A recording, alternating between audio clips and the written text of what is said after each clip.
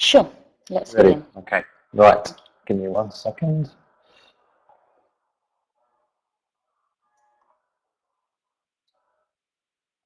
So, hello everyone, and thank you for coming to this webinar session brought to you by BELTA.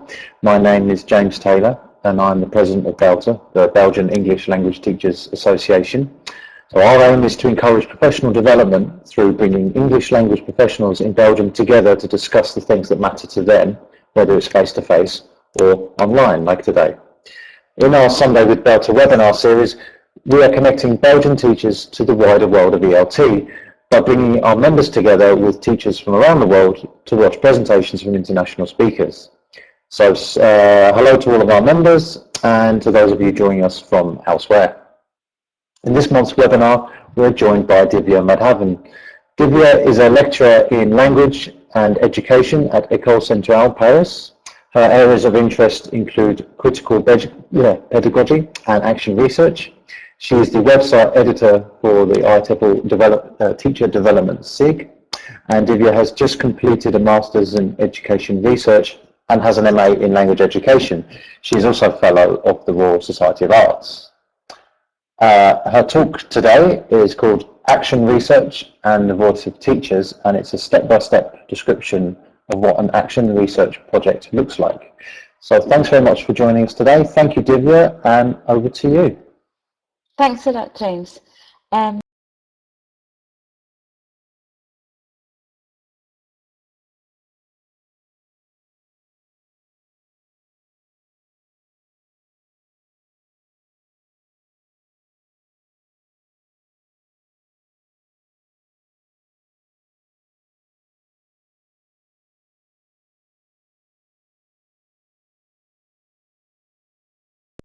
Thank you so much for taking the time out of your Sunday to be here. So my name is Divya, and as James said, I've just finished a second master's in education research, where I had the opportunity to do a little more action research. And my first project was about 10 years ago as part of my first MA. So I sort of saw action research then and now, and have accumulated some experience in between. But I essentially see myself as a teacher in the classroom who happens to do research and not as a researcher who happens to teach. And I think this is quite important when we think about how we embed research into practice. And I'll explain this a little bit when I talk about teacher identity and teacher voice with regards to action research. So before I begin the webinar, I'd really like to get to know who's in the room. So I'm going to start with my very first poll. Hang on, I haven't clicked appropriately, have I? Here we go. So if you could just very quickly vote for one of the 5 options, yes, so that I can see who's done what level of experience is in the room.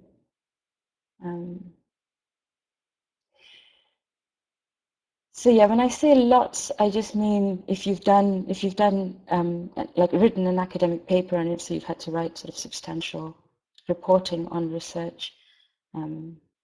Okay, so mostly not action research. I think that's everyone.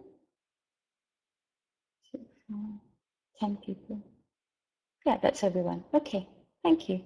So people changing, okay, including action research. Okay, so most people kind of know what action research is. So I won't have to spend a lot of time defining it and explaining it, which is good. Okay, great. Can we go back to the slides? All right. Okay, so today I'm going to do 3 things. I'm going to tell you what action research looks like. I'm going to cut to the chase with that. And then I'm going to describe what one of my projects look like. And finally, I'm going to talk about some of the more philosophical issues with regards to action research and education in general. So there'll be kind of more interaction with me towards the end, but I can't encourage you enough to use the collaborative nature of this space and use the chat box as much as you like, even while I'm talking through some stuff. I'll give another poll at the end of part 1, and then I'll talk through parts 2 and 3 fairly continuously, and we'll have a poll at the end for discussion. Okay, so after today, I'm going to recommend that you read one book. that you read one booklet, and that you watch one video if you want to keep going with action research in your practice. And they are, sorry, my fonts kind of got skewed when this got uploaded. So the book is Becoming Critical by Karen Kemmis. And the booklet is on action research. It's by someone called Eileen France, and it's on the Brown University website. It's available as a free download. And the video is Anne Burns on action research. It's an online plenary that she gave last year, which is very nice and clear. So I recommend these three things, but I'm sure all this will be available to you at the end. So let's get down to it. What does action research look like? I think the starting point to the kind of thinking needed for an action researcher is in the quote I'm about to show you. Those of you who know my work will definitely have seen this quote before, because it's my very favorite quote from all of education. So here it is. Where is the book in which we can read about what teaching is? The children themselves are this book, and we should not learn to teach out of any other book other than the one lying open before us and consisting of the children themselves. In order to read this book, however, we need the widest possible interest in each individual child, and nothing must divert us from this. There are three ideas that I'd like to unpack in this quote. The first one is the idea of something lying before us. I think the most important source and resource of improving our practice is the one we engage with physically every day. This goes all the way back to the work of John Dewey at the turn of the last century, who said things like, education is a process of living, not a preparation for future living. And I think basically we have before us in our classrooms every day this very special thing that we call our practice. And our practice, it's what we do, and it's how we do it. It's the moments of re-questioning why we do it. And it's the sort of organic interactions between sort of our attempts at something and how it's received in the environment. So it's very much about rolling up your sleeves, getting involved, getting messy, and learning within and with a community. And this doesn't just happen with books, it happens by doing, by being, and by living. The second thing I'd like to unpack is the idea of, in order to read this book, connectedness is, I think, one of the most basic givens for a successful action research project. And I don't think that connectedness is automatic. It's not something that happens sort of instantly just because you're in the position of a teacher. Being a teacher doesn't mean that you can automatically research your practice. I think there's a whole mental makeup that goes with having a research mindset, and it has especially to do with understanding what you're looking for and being prepared to remain consistent in how you look for it. And the third thing I'd like to unpack is the notion of the widest possible interest and nothing diverting you from it. I think action research is quite dependent on the amount of discipline and rigor that we apply to it.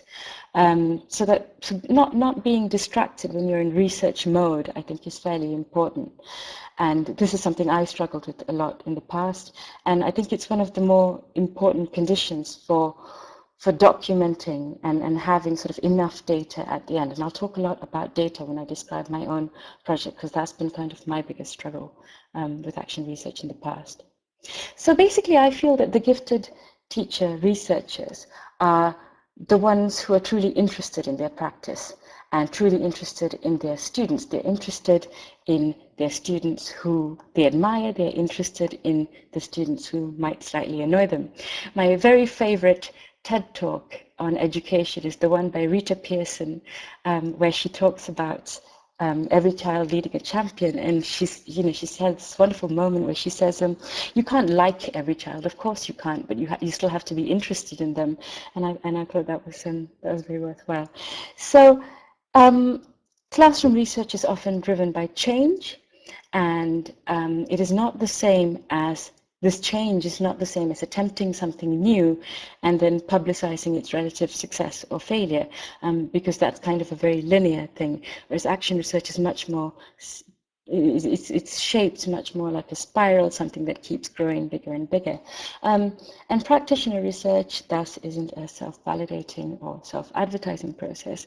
It has very much to do with what goes on in the classroom, the problems, the issues, the puzzles, and the attempts to address them from a deeper perspective to what is inside a teacher. So we don't assume that we have the answer inside us. It's not an armchair sort of research where we just introspect it, come up with a solution. It has to do with the answer being in the environment and in how we engage with the environment. I personally believe that this reason for doing the research has to have some sort of a socially empowering agenda. And this can only come from having a solid critical spirit for engaging with a problem. So this brings me to the second big word with regards to action research. For the first was connectedness, and the second one, I think, is problematizing. Some would call this problem posing, and this brings me to my next quote. Chemist and McTaggart are very worthwhile people to read, by the way, as well, if you want to add that to your reading list. So action research is not simple problem solving. It involves problem posing, not just problem solving. And this, I think, is the most important phrase. It does not start from a view of problems as pathologies. So you're not looking for instant solutions or surface solutions to a problem. It is motivated by a quest to improve and understand the world by changing it and learning how to improve it from the effects of the changes made. So we attempt to change and we use the results of that change to inform the next step. So what I'm going to do now, in the interest of being practical, is give you a checklist on the steps that you kind of need to tick off in your head when you want to attempt action research. So 9 steps is what I decided on in the end. And this is the first one. And I took this chart from infed.org, a website that I can't recommend highly enough. They're really good. You should, if you want to look at their page on action research as well as their page on Kurt Lewin himself, that would be a good idea. So these are the steps. And I think just one big arrow is missing from the very bottom yellow box all the way up to the first one, where you would start the cycle once more. The spiral keeps spiraling, basically. So the first step is identifying a general or initial idea. Something, there's always some sort of a catalyst, either some event or something that you perceive as a failure in your environment, or something that just particularly intrigues you, that is not necessarily a success or a failure, but that you want to know more about. And then you do a little bit of fact finding to couch this in an appropriate context. When I described my project to you earlier, you'll notice that I missed this specific step because I'm going to describe my very first action research project to you later. And that would have helped me a lot with the later stage. So what some theorists call reconnaissance and what some people call just fact finding is pretty important before you write up your plan. So then you do your plan, and then you act on your plan. And then you observe. Instead of used the word evaluate, but many people use the word observe. And then you reflect and you amend the plan. So what you will see in a lot of the literature is plan, act, observe, reflect, plan, act, observe, reflect. This is the cycle, and again, depending on how long you want to carry on. I don't think the important thing here is the number of times you do it. I think the important thing is the clarity of each stage, because I think that's what will help with the overall understanding of the data at the end. So what's happened to me a lot in the past is I've squeezed reflection time because I've spent so long writing up data. Another thing that's happened to me is sort of planning and acting merging into each other because I haven't allotted specific time for that. So I've come to really believe that timing is pretty important and respecting each stage is pretty important. So my next item on the checklist is all research is about knowledge generation, and the knowledge that action research generates is very emergent. And the inquiry process is highly continuous. So you have to be prepared to question and to re-question what you're doing several times in this process. And so it doesn't really have a start, middle, and the end, because you sometimes feel like you're coming straight back to where you began, except you're not, because you're armed with all this extra knowledge and analysis. So you need to stay close to not so much the initial plan, but the initial reason for doing the research. So the initial plan isn't the sort of, omnipotent research question that you will carry right till the end. It is an initial attempt, and then you come back and you re-question it, and you do so again. I hope I explained that clearly. So part 3, the research question. Okay, so this is very important in any research, and I think you all agree with me. Is there a specific purpose to doing the research? Has that purpose been clearly articulated? Action research, unlike other types of research, especially from the qualitative world, is one of the, it's one of those research methods where you go in knowing exactly why you're going in. You know what you're trying to achieve, at least in the first stage. It's very crystal clear. And the purpose for doing your research always has some sort of clear social relevance as well. It's what's happening in the classroom, and what sort of a critical lens you have on what's happening in the classroom. The next part is, okay, so this is very important. You don't need a hypothesis, you need a plan. And your plan comes from your research agenda and from your worldview. So what kind of information are you going to get from the context? Are you going to excavate, which is a word that a lot of people use and struggle to even pronounce it. So what kind of information are you going to get? How do you see this information as being available to you? Do you have a very scientific mindset, and do you think that this information will be black and white, testable, something that you can give out a mass questionnaire for? Are you of a much more interpretive mindset where you believe in engaging with the social reality in the classroom and sort of finding out things as they go along? You need to decide what is meaningful to you at the beginning as a method of research, as not so much a method, but a methodology of research, and take it from there. So it's not that you can't ever have a hypothesis that you test in action research, but that's just not where your thinking starts. Your thinking starts with having a research question and planning. And once you write down your plan and you work out the sort of nitty-gritty to your plan, you get to the next phase, which is the action and observation phases. So, okay, I skipped over number 5 because I meant to put action and observation on the slide and I forgot. Sorry.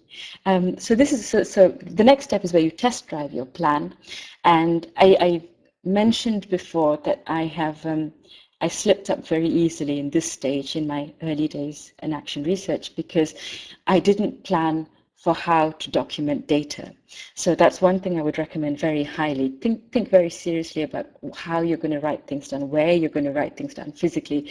Are you going to use a tool like Evernote, which will allow you to use audio and things that you type up? Are you going to keep a journal? What exactly are you going to do? And thinking it through, because one thing you find is that when it starts, everything kind of happens very quickly because you're right there in your classroom doing it, and you have your teacher hat on and you have your researcher hat on, and the multitask is quite overwhelming sometimes, I think, if you don't have enough sort of clarity with what you're doing.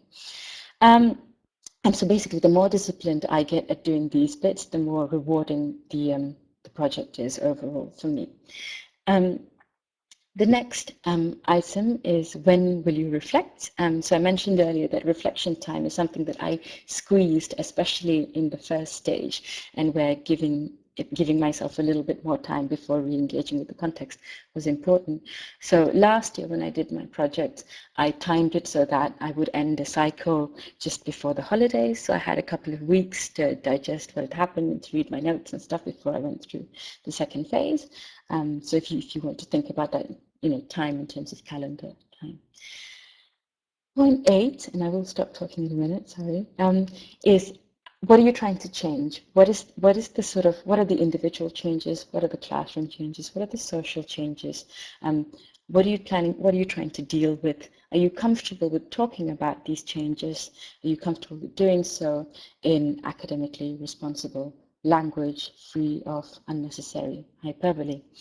So these are some of the things that you need to think of a bit later as well.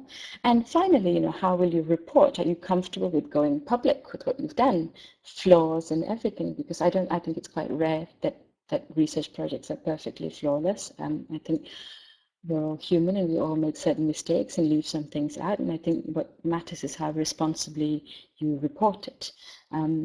So when you report something that you feel that was inadequate or that you could have done better, you just say how you would do it differently the next time, and then you go into next cycle. So a question I've had very frequently at the end of this phase when I do an action research workshop is, yeah, great, but don't we plan, act, observe, and reflect in our everyday lives as teachers? So I thought I'd ask the question this time, and the answer is, of course we do. And what's the difference? Well, the difference is the rigor that you impose on your documenting and thinking and how you analyze it.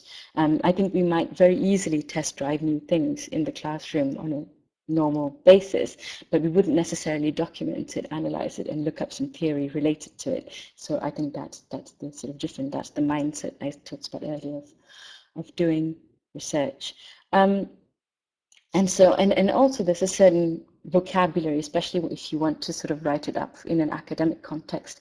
There is a certain sort of lexical field within which you have to report stuff like this and make it a part of a wider body of knowledge, which is what a lot of research is about. I'm just trying to see what my next slide is. Here we go. Okay, so I'm going to general question: is reporting on action research relevant considering? Is it Joris, by your question, if you mean is it important to report it and publish it in a journal? Is that what you mean? Can I speak of? Yes, I can speak of the ethics of action research with pleasure. So at the end, yeah. I don't know, Joris, because I'm not very widely published in journals. I'm very local that way. So it's quite context specific. I'll agree, and it's quite individual. Yeah, no, Tyson, I'm really glad you asked it, and I'm very happy to address it at the end. It should be local, absolutely. I think. I have a difficult relationship to journals, if I'm brutally honest with you. So I don't. The answer is I don't know, and I think it's. I have read action research journals. I've read them especially when I train, because I find the case studies very interesting. I think the benefit in publishing what you've done, obviously, is giving people a framework, not so much the actual results. And because I am convinced that no research project is perfect and flawless, I think it's quite important to be able to recognize the sort of stages in people's research and to be able to, I don't think, I'll just see my question. Okay, so Tyson asked the question, can you speak of the ethics of action research? Does it need to go through okay, so last year, okay, let me just talk about it now since it's there. So the question was on ethics. Does it need to go through ethical approval? I submitted my project last year for ethical approval. It got rejected the first time with 15 amendments, and then I sent it through the second time and it got accepted. So it's, yeah, I think, because I was doing it in the context of an MEd, and I had a particularly complex relationship with the tutor involved. I had to work very hard to make sure it was done well. But I think if you're doing it in an academic context, definitely ethical approval would be very, very important. But it's difficult as well because no one ever knows your context, and very often when you submit something for ethical approval, it has so much to do with quite simply how you word things. I mean, I said I got 15 amendments, like 10 of them literally were me not describing the context enough. So it's, you mustn't get too demoralized, I feel, if you go through this process of asking for external approval before you even get started. Okay, It's great chatting to you for a bit. I'm going to show you another Chemist and McTaggart quote because they're very great. Action research is a form of collective self-inquiry, because this is where I wanted to tease out the idea of the collective, undertaken by participants in social situations in order to improve the rationality and justice of their own social or educational practices, as well as understanding these practices and situations and in which they're carried out. So the approach is only action research when it's collaborative. So that's the thing. Everybody knows you're doing it, including your students, and you're not observing them in secret. There's no kind of observer's paradox or any of that to worry about. And it is important to realize that the action research of the group is achieved through the critically examined actions of the individual group members. And so everyone kind of becomes a part of the project, except you're in the driver's seat. Okay, so hello, Hada, nice to see you. So during the project, I think three things are very important. The first one is to have what one would call a reflexive critique. I spoke about self-reflection earlier, in which there's this process of thinking through what's happening at each stage and leaving time to think through what's happening. But the reflexive critique also requires an awareness of your own biases in perception. Now, this might be cultural biases, these might be linguistic biases, these might simply be, administrative biases. So, you want things to go a certain way for a certain reason. I think the important thing is not so much an absence of bias, but rather how you report it and how you take responsibility for it. And for me, to go back to Tyson's question earlier, I think this is the true ethical stance on action research, is where you know who you are as a researcher and you know how you're about to engage with your context, and you sort of take full responsibility for how you impact the context and how it impacts your thinking. The second thing is a dialectical dimension to your thinking. Basically, seeing the relationships between all the different phenomena in the structure and the context. And when you analyze the data, to be able to see, this relates to this because that happened, or be able to identify single events that might have changed the course of the project. And the third thing is what we call plural structures. This is something I failed spectacularly at in my very first action research project. And I learned the lesson quite quickly, and I did, it made a big difference to the subsequent projects that I did. So plural structures basically means getting a very thick and rich description of your data so that you can analyze several threads from it at the end. When I describe my project to you in a minute, you'll very quickly see how I went wrong with this. I documented my data from one perspective, and reconstructing things from memory at the end is often an inefficient way of doing things. So plural structures, what I tend to do these days is I video people. If I haven't got enough memory or whatever to do that, I just use my dictaphone. I love using a dictaphone. People are usually very happy to do it. I just get them to sign a consent form. I leave my dictaphone on, all the interaction can take place, and you can really take your time with it at the end. You can upload it onto your computer, you can listen to it and pause and listen again, so, and you have this data. And often when you're writing stuff up and you're like in the second cycle or whatever, and you want to come back to what happened before, you don't have to go back to your notes, which were one version of it. It's often very interesting to listen to the original stuff.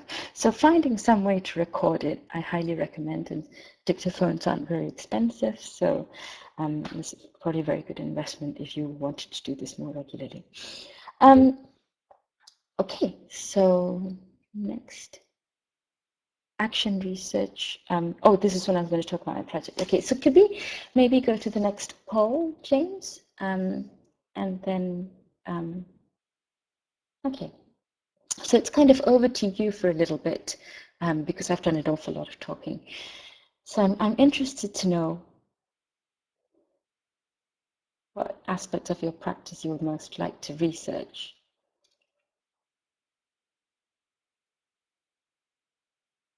Assessment, wow, okay. Any comments you had?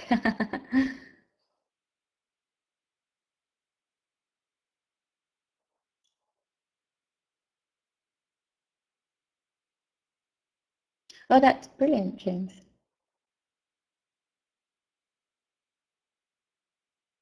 Okay, recording themselves on their smartphones. I've never thought of that. Very good. Okay, motivation. What are the questions of motivation? What are people interested in with regards to motivation? I'm curious.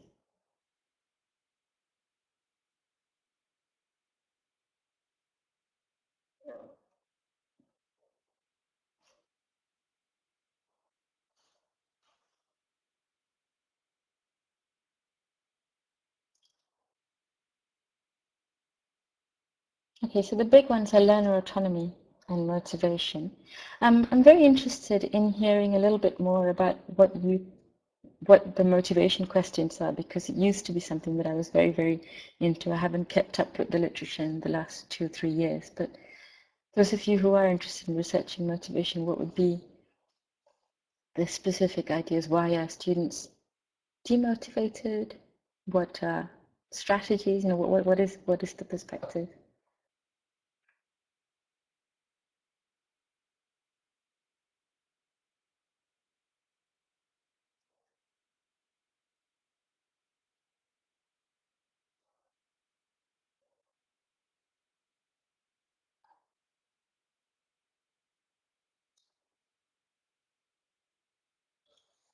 Okay, we'll let that come. Okay, yeah, let's go back to the slides. Okay, I'm sure.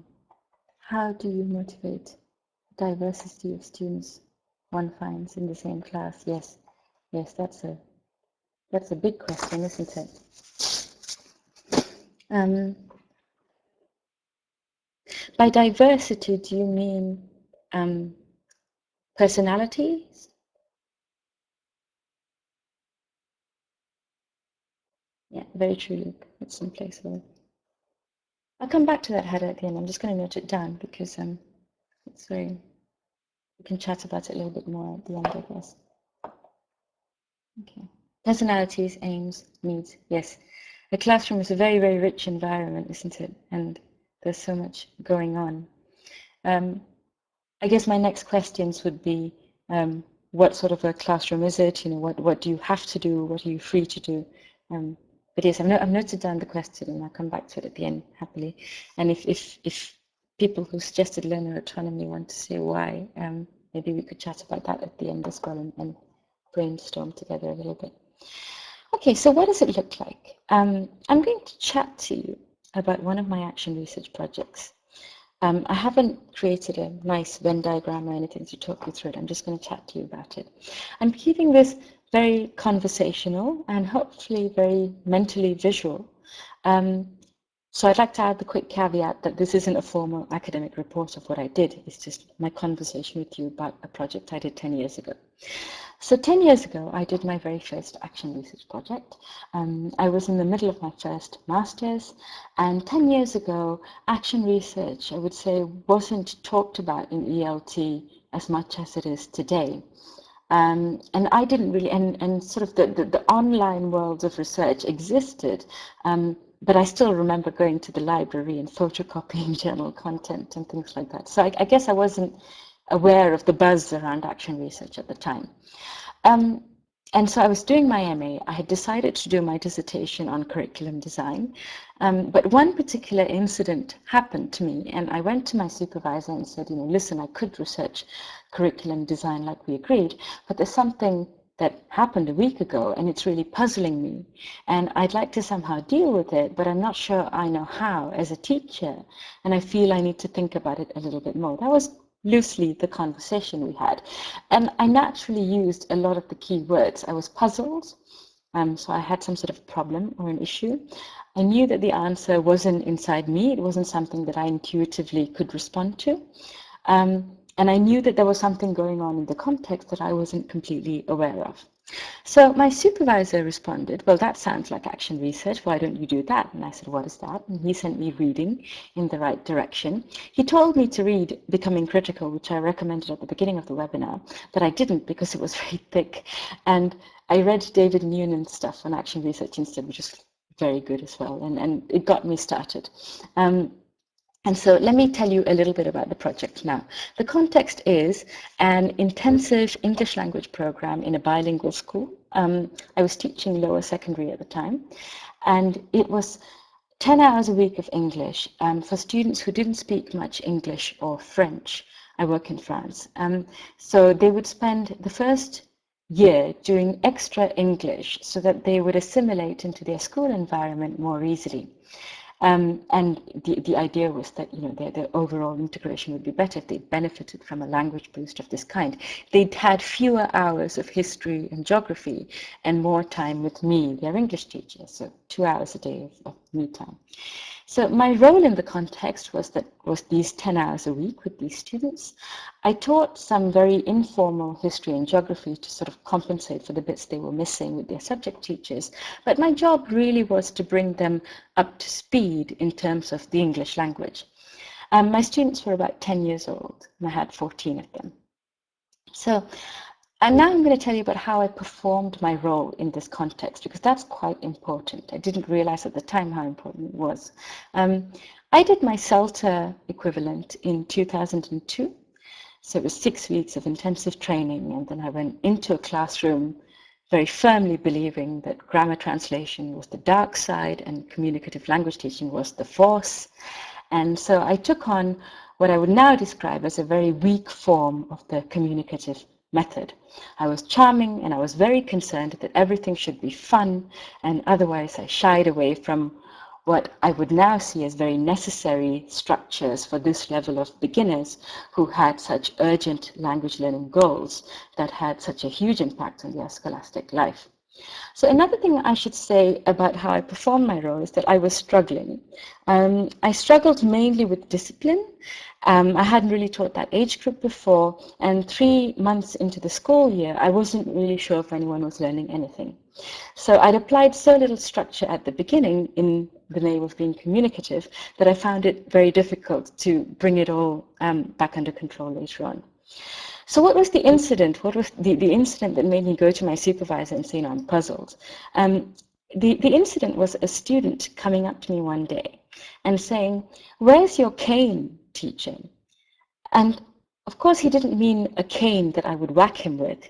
He just meant that the teachers he had had before had some sort of an object in their hand that they used to point at the blackboard, to point at students who needed to answer, because there's something to point with. And I didn't hold anything in my hand. In fact, I didn't really stand by the blackboard all that much. I got him to do things like sit in a circle and hold hands and sing and do role plays and read stories. And I was also constantly encouraging him to speak in a language he barely had any vocabulary in. So with this one very loaded question, what he attempted to tell me, which I understood much later, was, I don't understand how you're trying to teach me. And now I can give you all this analysis on it, but at the time I was just very confused, and I said to him, I don't have one. And I sat mulling over it, and then I went to see my supervisor, and I said, I know something's not right, and I don't know how to fix it.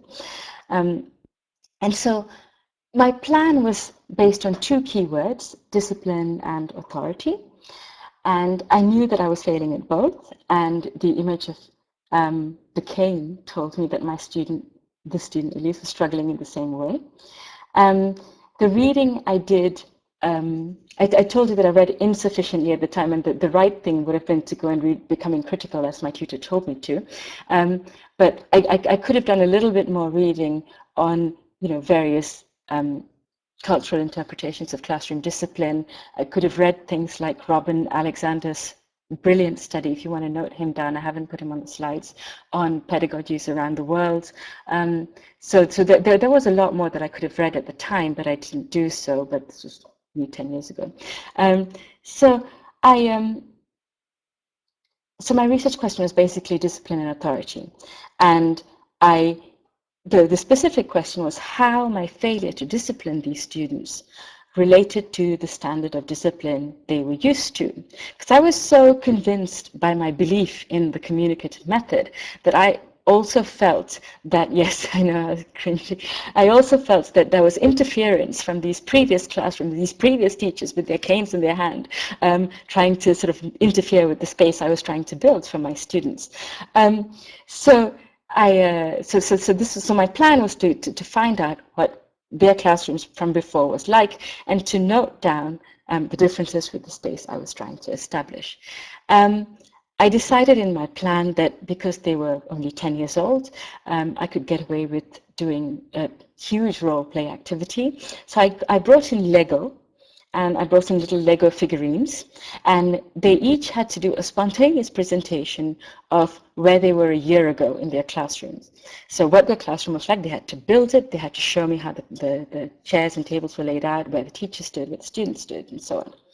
And how I decided to document this, and I described this at the beginning of the webinar as a failure because I didn't document enough, but I quite simply sat at the back with a sheet of paper and made a list on all the differences between the environment I was trying to establish for them and the environment that they were in before. So this was the biggest flaw of the research project because I didn't record data adequately, and it would be very, very important. I think had I recorded those kids, my God, today I could probably write a whole book on everything I found out then. So recording, very, very important. So the minute they got going, obviously I came to this huge realization that, oh no, I can't write everything down, and they're talking so quickly and they're interacting so much, and I can take as many snapshots as I want to with my mind, but I'm not going to get it all. And so the action was, this more or less what I told you. They did their presentations with Lego. We had a day for this, and I wrote down the differences. Now, I observed an overall thread of everybody having had a little bit more structure to what I was giving them, although I felt that my activities were structures. They were just differently structured, not sitting on chairs in front of tables. But I could have easily guessed this without going to the trouble of researching it and calling it action research. But what was really interesting was when I started recording the data, I realized that they were using very positive descriptions for things that I'd assumed would be negatively received. So one example of this is dictation. I wouldn't have dreamed of giving dictation in my sort of frame of mind at the time, but I have one quote that I wrote down here. So one of my students said, I used to sit at the back. It was nice because no one would copy from me during dictation, because dictation was my favorite time in the class and I didn't like people copying. And I've always been so glad that I wrote this down word for word, because this ended up being a huge part of my reporting later. This was actually an activity that the student liked, and I was denying him the enjoyment of it because I thought dictation was no good. And I wasn't, so we're back to the problem of connectedness, to the problem of problematizing, and so on. So with the observation, because I was lacking in data, the one thing I couldn't do was analyze the plural structures I talked about earlier. You have to have the reflexive stance, the dialectical stance, and the plural stance. You always like dictation titles, yeah. And so two things I'll highlight from my observation is that I observed that with all the students, the teacher was a hierarchically superior authority in their minds. And I was doing something very different in that I was trying to be their friend. I was getting them to call me by my first name. This is just one example. And I was doing all the games with them. I was engaging with them because I was so convinced that I needed to lead dictation. Yes. and so this was a big difference. And I wouldn't have got there on my own, I think, had I not worked with the students on this. I also observed a lot of them saying that writing work was the real work and speaking was a time to relax. So this was very, very different to my speak as much as you can approach, because it was a forced blurring between the workspace and the play space. And I believed in it strongly at the time because I had all this theory on communicative language teaching backing me up. And my CELTA tutor was 100% get them to speak English as much as possible. That's how they'll learn it. That's how they'll speak it. And so his passion was my sort of biggest source of methodology for my teaching, because I just come out of that course. So basically, during the reflective stage, I realized that my instincts were right and my instincts were wrong. I knew that I wasn't quite getting the discipline right. And I also found out that the bits that I was getting right was blurring the lines between learning and playing too much. And I didn't actually feel like learning to my students. So this was a very big step for me. And the biggest impact it had was that it got me reading in a very, very big way, because my assumptions were challenged through something much more powerful than a one-to-one argument with a colleague or even just a conversation. They were challenged by a shift in my own consciousness. And this is the sort of unstoppable journey when once you are challenged in that way. I think that's when we really remain passionate about something.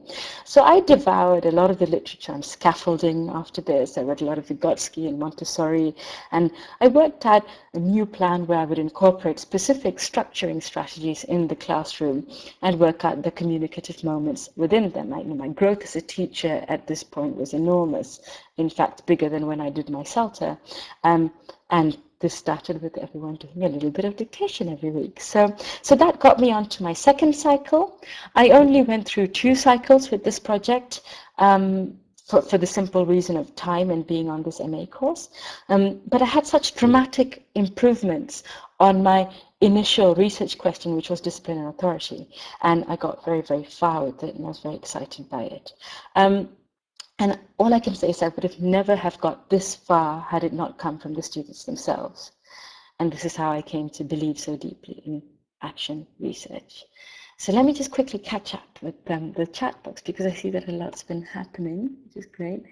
Yeah, when it didn't have to, participating constantly, it can be very tiring.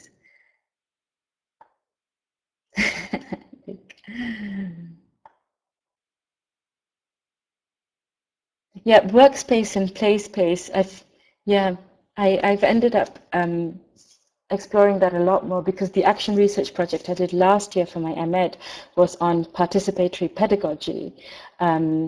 In the interest of time, I won't go through the whole details of that, but we can very happily have a chat another time. But participatory pedagogy is basically where you share the teaching with your students. And I did this, I teach at university now, so I did this with my 3rd year university students who became teaching assistants of sorts. And so that was very interesting as well.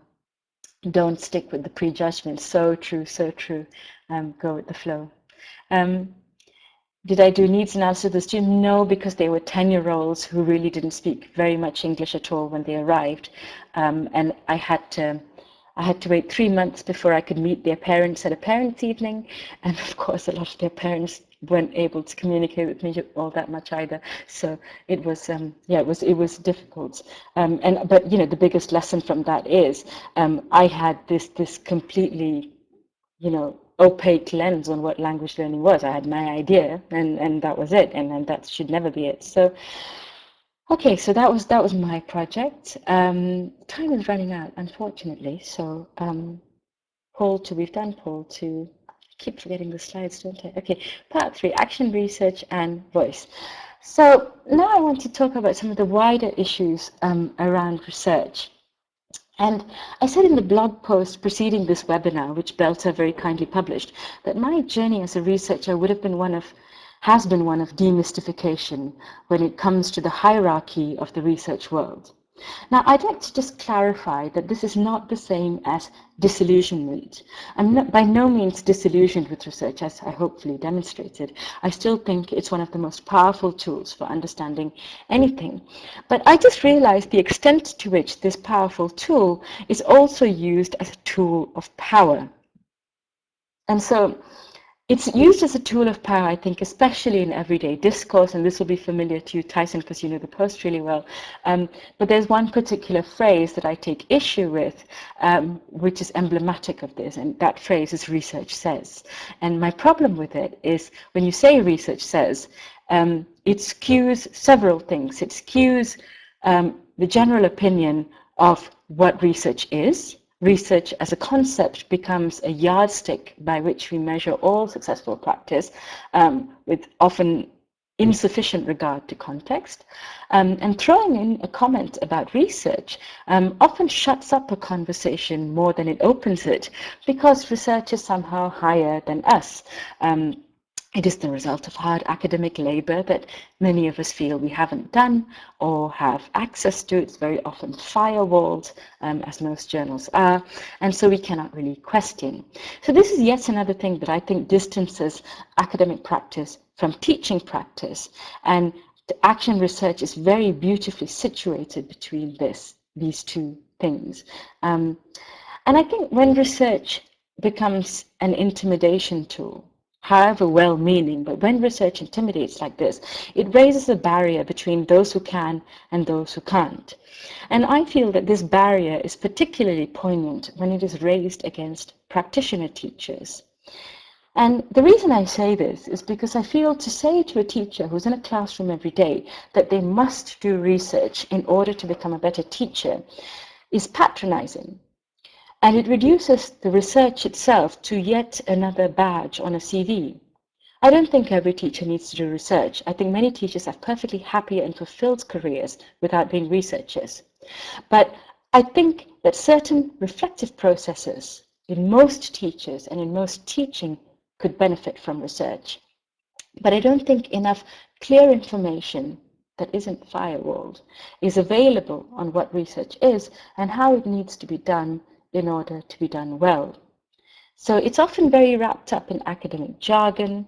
You often have academics in very deep navel-gazing disagreement on what the right way is. And I think it's quite difficult for the average practitioner like me and you, maybe, to become a good researcher. So I've noticed that some of you have talked about doing MAs. It is the right of every practitioner to be a researcher. Oh yes, very true. Who said that? I said that. Okay. Yeah. Yeah, you have to keep going with it. It's very interesting. Okay. I need to catch up with this chat box, don't I? Okay, I'm going to tell you a quick story. About 2-3 years ago, I gave a talk on action research to a fairly modest room of people. And I was surprised to see, it was my talk had a very dry and researchy title. So I was very surprised to see about 5 student teachers sitting right in the front row, armed with notepads and pens and everything. And I thought, wow, great, they haven't even finished their teacher training and they want to learn about action research. So at the beginning of my talk, I was really excited to have, such a mixed group of people, and I highlighted the presence of these students. And I said with some excitement, so it's great to have you all here. And one of the students raises their hands and goes, I'm so sorry, we should be honest with you, we're not really here for your talk. We just saw that Jeremy Harmer was in the room and we wanted to get his autograph. So I appreciated the honesty, but I didn't hold back from trying to get them to talk through things, all the things. Yes, I know, it was very humbling, I have to say. So I asked the good old, have you done any research? And as I asked you all at the beginning, and they all replied with a very bright, yes, of course, we've done quantitative and qualitative research. The former is questionnaires and the latter is open-ended questions, and they had very little to contribute after that. And this I've seen again and again in a variety of contexts. And I realized that we often perceive research as a tool. And I said so earlier, so I called it a tool earlier. But the only sort of limitation with thinking about research as a tool is that we see it as a fairly nuts and boltsy process. There isn't any sort of real problem with it being nuts and bolts, but it's really quite dull when you see it as a set of nuts and bolts. And this very mechanistic view of research is untenable. I think, of course, you'd rather be doing something more interesting. You could be writing interesting materials, you could be developing IT skills, you could be working out new ways to be creative in the classroom. If we start with the idea that research is an end defined by data collection, I think we miss a lot of the wider complex structures of research being a means through which we understand our scientific, social, and critical realities. And this, I think, is also, I talked about connectedness, I talked about problematizing, and not being stuck in the mechanics of it is, I think, also very, very important. And this is the beautiful flexibility of action research, because as you keep going around the spiral, you can come back to certain points which might sort of nourish you a little bit more. So in any literature on research, I think you'll find two words, which is investigation and systematic. Research is a systematic investigation made public. And so investigation implies the idea that research is a process. It is a quest for information, a quest for understanding, and it has a sense of not being quite sure what you'll find. If you go into a research situation with a clear idea of what the outcome will be, you really don't need to do research. And so there's this mystery, let's put it this way, it's much better to talk. Yes. So systematic, the idea of systematic, it embeds the idea of rigor and discipline. I mentioned at the beginning, you do need to be systematic. You do need to know how you're going to document things if you want to kind of survive it. So it's on the question of discipline and rigor, I feel I should address the scientific issue, because there are lots of people who say that action research isn't adequately scientific. And so I'll address it by telling another story, actually. So do you know the fish anecdote by David Foster Wallace? These two young fish swimming along, they meet an older fish, and the older fish nods at them and says, "Morning, boys, how's the water?" And the two young fish swim on for a bit, and eventually one looks at the other and says, "What the hell is water?" And so it's the idea that we're very embedded in our realities. Everything is water and we're the fish. So we're not necessarily conscious of what our environment is and what's going on. Our social realities build who we are just as we shape them. And a classroom is one of the most important social realities we deal with. So I don't know if, yes, I think it's one of his commencement speeches. I'm not sure. I'll look up the reference for you. So in order to sort of combat this type of thinking that action research is somehow inferior to scientific research, what I'll do is give you a quote from Kurt Lewin himself. Kurt Lewin is often credited as being the father of action research. He used the term for the first time. He was a German academic who moved to the States in the 1940s, and he started the Center for the Research of Group Dynamics at MIT. And his 1946 article on action research in minority cultures is one of the most widely cited pieces of work, and I encourage reading it, even though it's not specifically in the field of education. So, those are my fish. Sorry, I forgot to show them. So this is him, and this is a great response, I think. The idea that action research is by no means lower than scientific research. I'll let you digest the quote for a minute.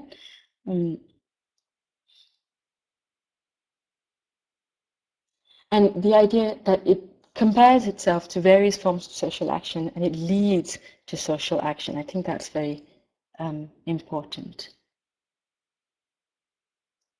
And to say that, what would be, I think the most important thing in this quote is that he's inclined to hold the opposite to be true. So social research is a league of its own, and it has kind of its own rules.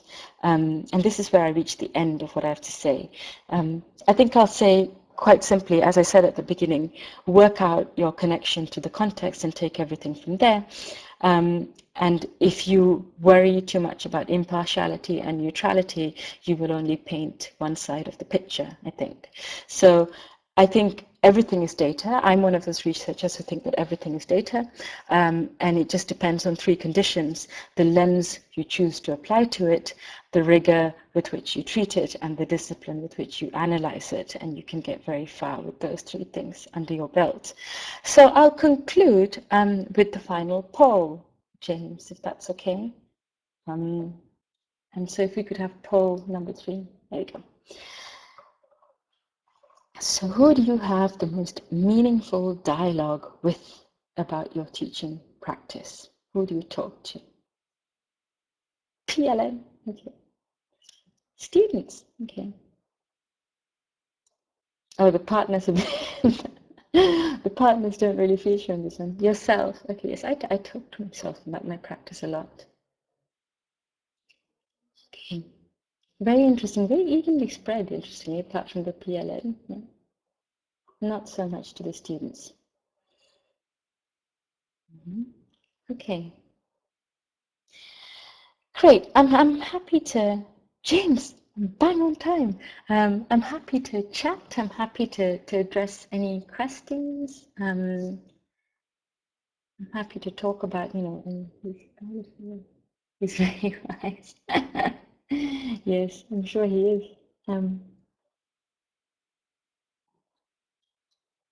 So if anybody would like me to talk about anything specific, I'm happy to, or if James, you want to take over.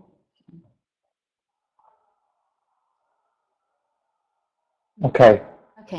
Thanks a lot, Divya. That was great. Really, really interesting. I wish I'd watched that about 3 months ago. Never mind. But yeah, if you want to ask Divya anything, then go ahead and type in the chat box. I mean, you were dealing with questions as they came up, so perhaps you dealt with things at the time. But if there's any comments or questions anyone wants to add, then go ahead. Oh, hello, Leo. Hi, Good to see you Leo. there.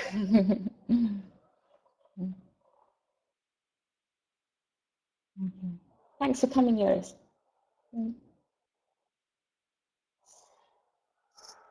Okay.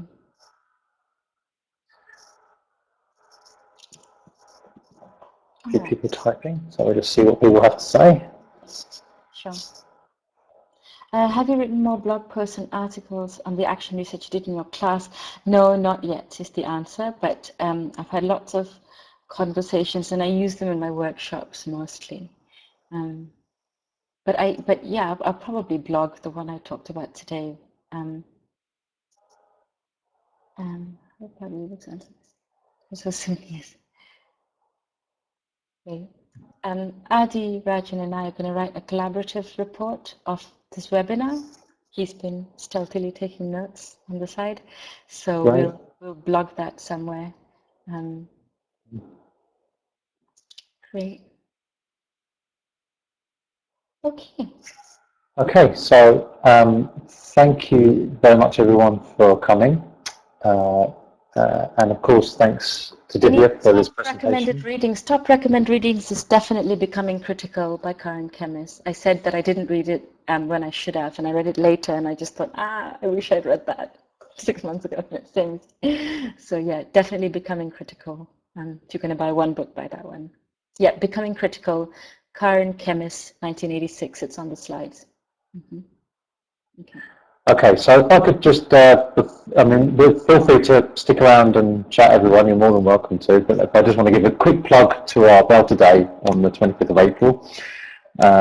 So if you can be in and around Belgium on the 25th, then you could come to our conference. Go to our website, beltabelgium.com, for more information. Divya was there last year. She can tell you how great it is. Fabulous. It's a fantastic organization to work with. They're really great. So. Thank you, we appreciate it. And just another quick plug to say that our next Sunday with BELTA will be on the 24th of May with Marjorie Rosenberg. We'll be talking about the differences in teaching general and business English. Okay, so thank you, everybody, and thank you, Divya. And if you want to stick around, then be our guest. Okay, thanks. All right.